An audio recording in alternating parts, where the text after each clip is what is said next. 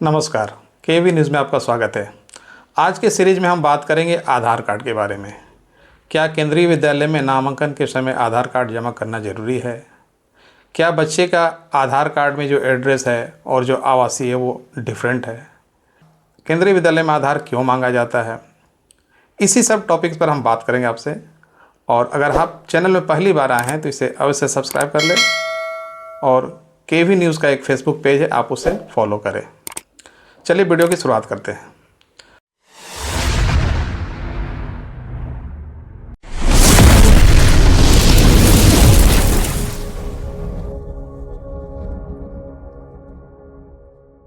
केंद्रीय विद्यालय के नामांकन के समय में बच्चे से आधार कार्ड क्यों लिया जाता है? बच्चे का जब नामांकन होता है, आधार कार्ड जमा करना अनिवार्य है।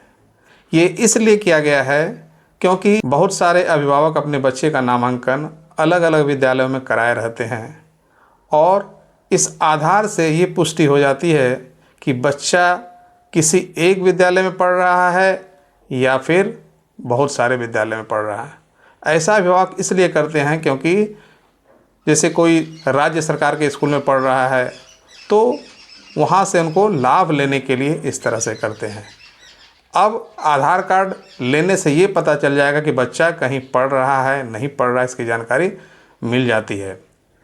लेने का मकसद और है कि अब इस आधार के जरिए बच्चे का एक परमानेंट एजुकेशन नंबर जनरेट होता है। उससे ये पुष्टि हो जाती है कि बच्चा कहाँ पढ़ रहा है। इसलिए जिन अभिभावकों के बच्चे का आधार कार्ड अभी नहीं बन पाया है वो अवश्य बना ले। इसलिए कि हो सकता है कि नामांकन के समय आपको, अगर आपका बच्चे का हो सकता है कि अगर नामांकन के समय आधार ना हो तो आपको बच्चे का नामांकन में भी आपको परेशानी हो सकती है।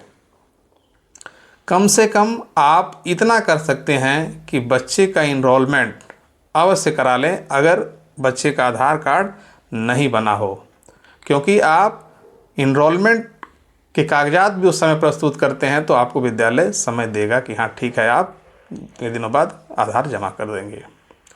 एक प्रश्न और आता है अभिभावकों की तरफ से कि सर, बच्चे के जो आधार में नाम है और बर्थ सर्टिफिकेट में जो नाम है उसमें डिफरेंट है, तो इस स्थिति में आप बच्चे के आधार कार्ड में करेक्शन करवा लें। अगर आधार में करेक्शन नहीं हो पाता है तो कम से कम जन्म प्रमाण पत्र में करेक्शन करा लें, क्योंकि दोनों में एक नाम होना चाहिए। इससे अगर आप नहीं कराते हैं तो परेशानी आपको होगी, क्योंकि दोनों में नाम एक होना चाहिए। इसके बाद अभिभावकों की तरफ से प्रश्न आता है कि सर, ये है कि आधार में जो एड्रेस है और हमारा जो आवासीय है वो अलग अलग है।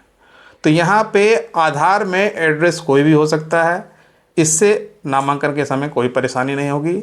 आप आवासीय जो देते हैं वही आपका एड्रेस का प्रूफ करता है। इसके बाद लोगों का और भी प्रश्न आता है कि सर, क्या आधार नंबर ऑनलाइन फॉर्म भरने के समय में ज़रूरत पड़ती है? ऑनलाइन फॉर्म भरने के समय में आधार की नंबर की ज़रूरत नहीं पड़ती है। उम्मीद करता हूं कि आधार संबंधित जो भी प्रश्न थे इस वीडियो के जरिए हमने देने की पूरी कोशिश की है। फिर भी अगर आधार से रिलेटेड कोई प्रश्न आपके मन में है तो आप वीडियो के डिस्क्रिप्शन बॉक्स में जाकर के कमेंट कर सकते हैं और आपको जानकारी दी जाएगी। वीडियो देखने के लिए बहुत बहुत धन्यवाद।